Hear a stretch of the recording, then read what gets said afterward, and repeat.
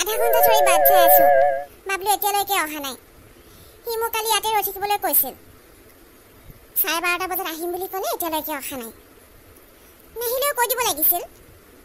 এনেই ৰৈ থাকি ভাল নালাগে নহয়। সি আহিব বুলিহে মই উপহাৰটো লৈ আছোঁ তাক দিবলৈ। মই আহিলোঁ, বেয়া নাপাবা দেই। আজি ৰাস্তাত বহুতকেইটা কাষ্টমাৰ পালোঁ, সেইকাৰণে আহোঁতে অলপ দেৰি হৈ গ'ল। তুমি চাগে অথনিৰে পৰা মোলৈ বাট চাই আছা।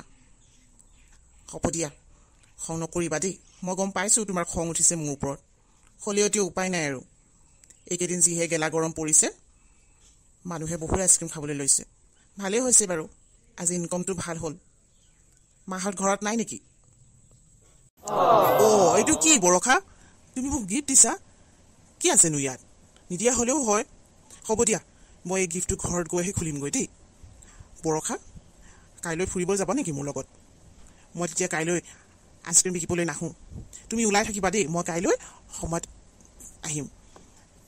আজি নিচিনা দেৰি নহয় বাৰু, নহ'লে আকৌ তুমি খং কৰিবা নহয়। মই 2টামান বজাত পোৱাকৈ আহিম দেই, তুমি ইয়াতে ৰৈ থাকিবা। হ'ব দিয়া বৰষা, মই এতিয়া গৈ থাকোঁ। আৰু বেছি নাই বাৰু আইচক্ৰীম, থকাখিনি বিক্ৰী কৰি লওঁ, তাৰপিছত ঘৰলৈ যাবগৈ লাগিব। মোৰো গৰম লাগিছে আজি। কাইলৈ মোক বাবুৱে ফুৰাবলৈ লৈ যাব। কিমান যে ভাল লাগিছে মনটো। মা, আপুনি আমাক মাতিছিল? কথা এটা আলোচনা কৰিবলৈ মাতিছিলোঁ তোমালোক দুইজনীক। বাবলুৰ বিয়াখন পাতিব লাগিছিল নহয়। মাহী আৰু মই এই মাহতে বাবলুৰ বিয়াখন পাতি দিওঁ বুলি ভাবিছোঁ। তোমালোকে বা এতিয়া কি কোৱা? কথাটো ভাল হ'ব নাই বাৰু, কোৱাচোন। কি ভাবিছা তোমালোকে? একো নকলা যে? কথাটো ঠিকেই ভাবিছে, কিন্তু বিয়া এখন পতাটো ইমান সহজ নহয়। বহুত খৰচ পৰিব। মই যে এটকাও খৰচ কৰিব নোৱাৰোঁ বাবলুৰ বিয়াত। আৰু মা, বাবলুৰ বিয়াখনৰ কাৰণে আপোনালোকে ইমান চিন্তা কৰিব লাগেনে? সেইটো এখন ঘৰৰ নিজৰ ল'ৰাও নহয়, তাক তুলিহে অনা হৈছিল। পূজা, তুমি এইবোৰ কি কৈছা? বাবলুৱে শুনিলে মনত দুখ পাব নহয়। সি মোৰ নিজৰ ল'ৰা নহ'লেও মই তাক নিজৰ ল'ৰাৰ দৰেই তুলি তালি ডাঙৰ কৰিছোঁ।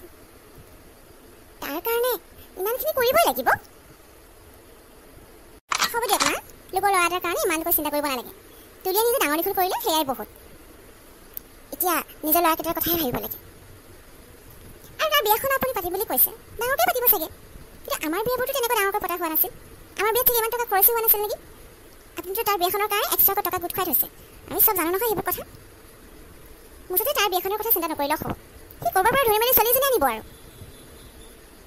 হাই, তোমালোকৰ মনত ইমান বেয়া ভাৱবোৰ সোমাই আছেনে? নাপায় নহয় তেনেকৈ ভাবিবলৈ। বাবলু ইমান অমায়িক ল'ৰা, অমায়িক ল'ৰাটোৰ কথা তেনেকৈ ভাবিব লাগে নেকি? তাৰ নিজৰ চাকৰি বাকৰিও নাই, ভালকৈ পঢ়া শুনাও কৰিব নোৱাৰিলে। সেইবুলিহে বাইদেৱে তাৰ বিয়াখন ভালকৈ পাতি দিওঁ বুলি ভাবিছে।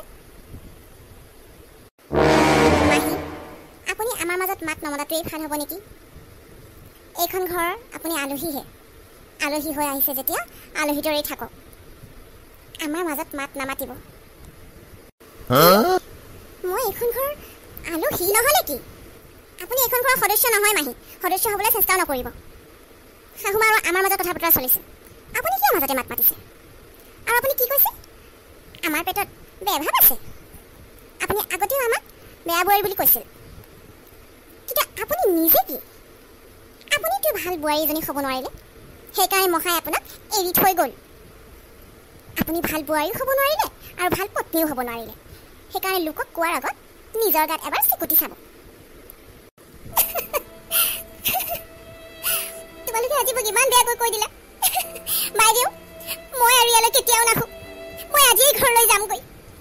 তোৰ বোৱাৰী দুজনীয়ে মোক ইমান বেয়াকৈ অপমান কৰিছে, মই কেতিয়াও নাপাহৰোঁ।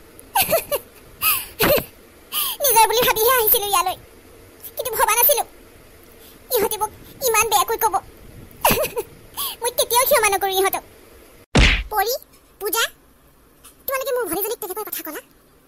ক'ৰ পৰা ইমান সাহস পাইছা? তাক কেনেকৈ কথা ক'ব লাগে তোমালোকে নাজানা নেকি? তাই মোৰ ভনী হয়, এইখন ঘৰৰ আলহী নহয় তাই।